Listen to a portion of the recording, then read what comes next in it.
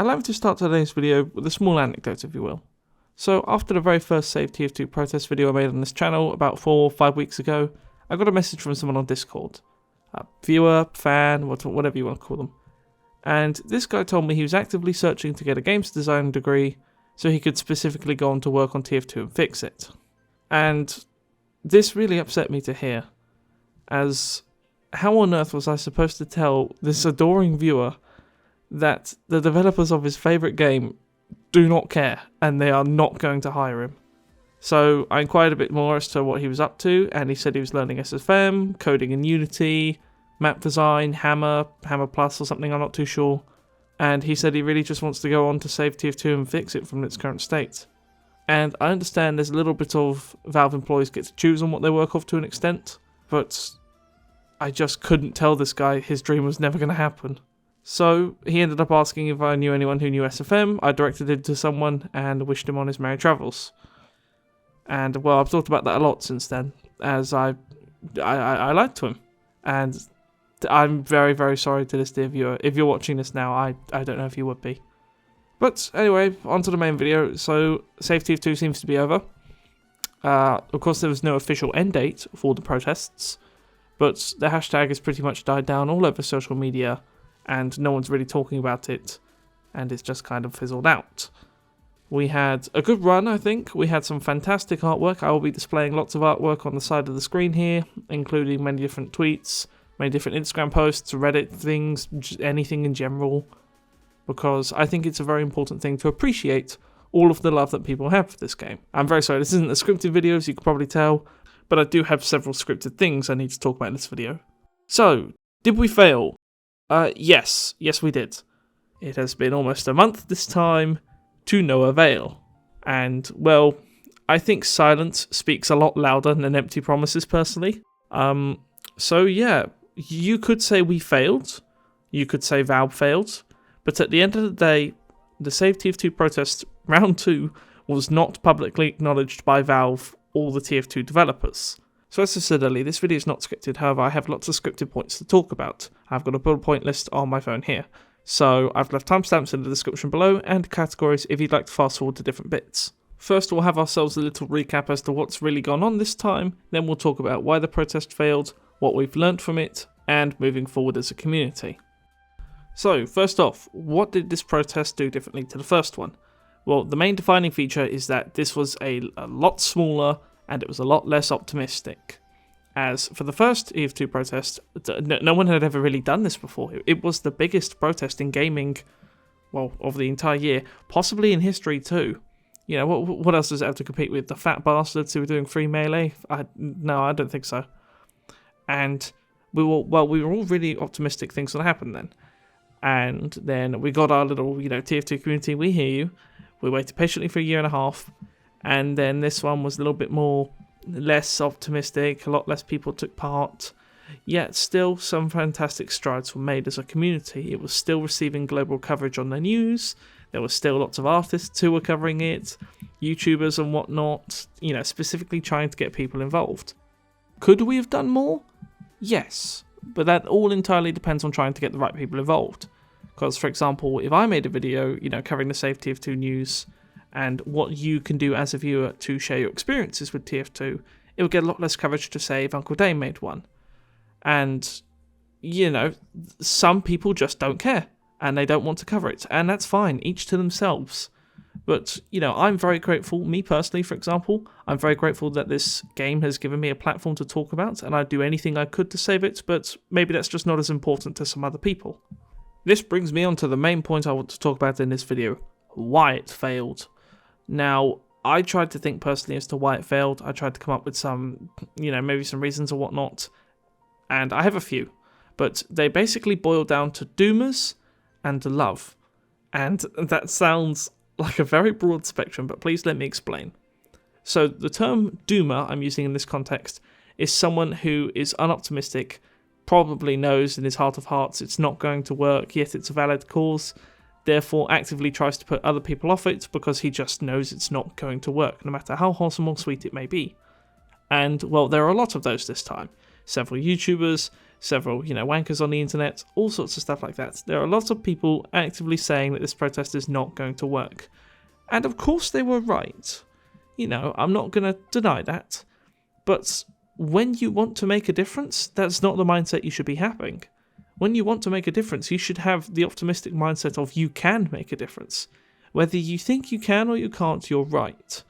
And, I'm not saying these people ruin the entire protest, but I'm just saying there were a lot of them this time. There weren't very many the first time around.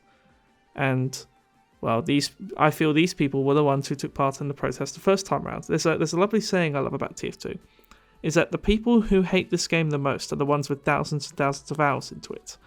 And I think that's 100% true. Now, when it comes to love, this is the main point of the video I want to talk about. So if you listen to anything, if you take anything away, be it this. The reason the Save TF2 protest failed was because it came from a place of love. It was too wholesome to succeed. We were all just sharing our opinions on TF2, sharing, all the friendships we've made and everything like that, and the reasons as to why the bots are upsetting us, the reasons as to why Valve abandoning the game are upsetting us, and things like that. And that doesn't fix anything. Coming together to spreading the love creates a community, but it doesn't fix problems. Getting angry, shouting your opinions across the rooftops and inciting others to do the same, that makes a difference. The loudest voice is always the one that is heard. And, well, we were essentially all just whispering this time around.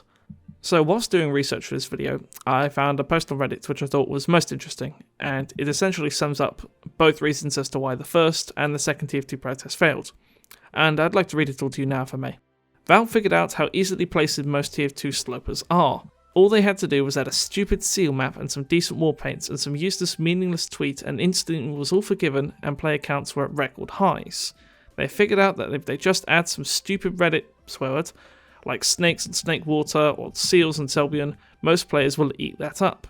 Save TF2 was too wholesome to succeed. It needed to be coming from a place of anger and righteous frustration, as opposed from a place of appreciation. And I couldn't have put that any better myself, minus the swearing. That's why this protest failed, because it came from a place of wholesomeness. It didn't come from a place of frustration. Anger is not a word I'd like to use in this context, as I would not like to be part of a community who is doing a protest made of anger. The reason it was the most TF2 protest it ever could have been was because it was a peaceful protest. But it should have come from a place of frustration, but rather it came from a place of love. And I think Valve knows this. I think they're a much smarter company than we give them credit for. They 100% know, as long as they give us something sweet a year, we will continue to spend billions on their game. And that's the problem. People did. People continue to do unboxings. People continue to trade, and all sorts of things like that. Like, I myself personally haven't brought anything on Steam in general since the Save TF2 protest started, I think, except for maybe Power World. Purely because it was a cause I believed in. But maybe that too was childish, I'm not too sure. So, what did we learn? We learned two very interesting things about Valve as a company here. And, this isn't anything speculative. These are both true. So the first one is, that initial tweet was a lie. I know since then they've hired someone to help work on the bots or something. I'm not entirely too sure. But they were just straight up lying. It was like the I think it was 4 channels I post said earlier. They gave us something to keep us sweet. We shut up for a year and a half. And now we're here back again. And it seems to be that this is going to be a never-ending cycle. Someone called FUNKe, who I've never heard of personally, but apparently he used to be quite a big TF2 YouTuber, said this. I found this on, I think Reddit, while doing research for this video. I'm just going to play it for you now. Unity. I've watched TF2 get stuck in this repeating pattern of radio silence from the developers starts to make the community worried, to the community gets fed up and calls the developers out, to months later the developer acts better for 2 weeks, to the community forgiving the developers, back to radio silence. Which is funny, because you could just apply this pattern to Valve as a whole. Once again, couldn't have put it better myself. That video is linked in the description if you'd like to go watch it. I do recommend you check it out. Now, the second thing we learned from the Save TF2 protest is that Valve just doesn't actually care about most things. Valve makes millions a year, be it from Steam, TF2 alone, sales and other stuff, as, well, many years ago they found out it was much easier to sell other people's games for a fee than to make your own games and sell them. And this brings me to the TF2 checkmark on the official TF2 Twitter account. So the Save TF2 protest originally took place before the whole golden checkmark thing was introduced. And since then, they haven't posted anything on their Twitter account, but they have purchased the golden checkmark and they've kept it running for almost a year and a half. Now, someone called Tarlink with Vicar, who I think used to do Valve News Network, but apparently people hate him now. Again, I've been out of TF2 for a while. He did some research, and they've most likely spent $21,000 trying to preserve that checkmark. Now, I know that sounds like an absurd number, but remember, the golden checkmark thing is specifically for corporations who pay Twitter millions. And, well, because Valve makes so much money, they don't have to finance. They can just do whatever they want. And I find it very, very interesting that they'd spend that much on a golden tick to let people know, hey, this game belongs to us, when they don't care about it. This game has given me, albeit a small in the grand scheme of things, an online presence, and I would never trade that for anything. And I'm very surprised that Valve would. Everything from the live orchestra, to the official animations, to the fan ones, to the community ones. I can't believe all of that just really doesn't mean anything to them. Maybe I'm overreacting when I say that, as well we had a good summer update. But now my opinion of the summer update is very twisted, as I really do think it was just to keep us sweet. So, you know, I'm feeling a little deflated about the whole cause. If you want to continue to protest Save TF2 online, I do recommend that you do. However, don't expect it to really go anywhere, as I don't think this protest is going to go anywhere until we as a community decide what we want it to be. Do we want it to be a peaceful protest, or do we want it to be a successful one?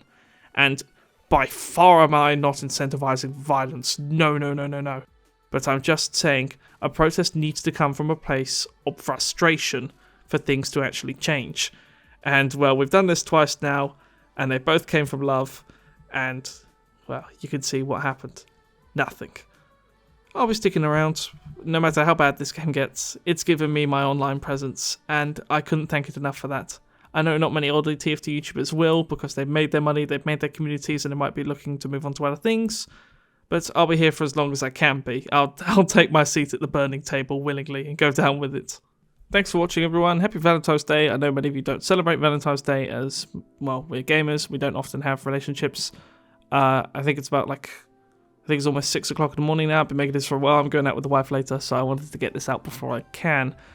I was going to talk about it now. I'm going to save it for the next video, but I was going to talk about the distance between content creators and the viewers, as this is something that's becoming an active struggle within my community recently, as many people think just because they have the ability to message me and I might play a game of TF2 with them, they think we're best friends. That is not the case. I am not your best friend. I am not your friend. I am the content creator. You are the viewer. Yeah, we might share memes on Discord, or we might play a game on Steam once, but that does not make us friends. I have no interest in being your friend. I would not come round to your house, and I would not drink tea with you. I must keep a professional distance between me and my audience to protect me from allegations. And that might sound incredibly cold and incredibly harsh, but I'm not going to be changing that. And I'm sorry, you know, I will keep my DMs open. If you want to send me a meme, you want to laugh once now and then, that's absolutely fine. But I've had multiple instances with multiple people, because my DMs are constantly open and because I'm always willing to play TF2 with viewers, that seem to think we're best friends, and they start unloading their life stories onto me. But like I said, this will be saving for a separate video in the future, so look out for that. Regardless, thank you very much, everyone. Keep fighting the good fight, even if I've put you off it. And I'll see you later down the sunny road.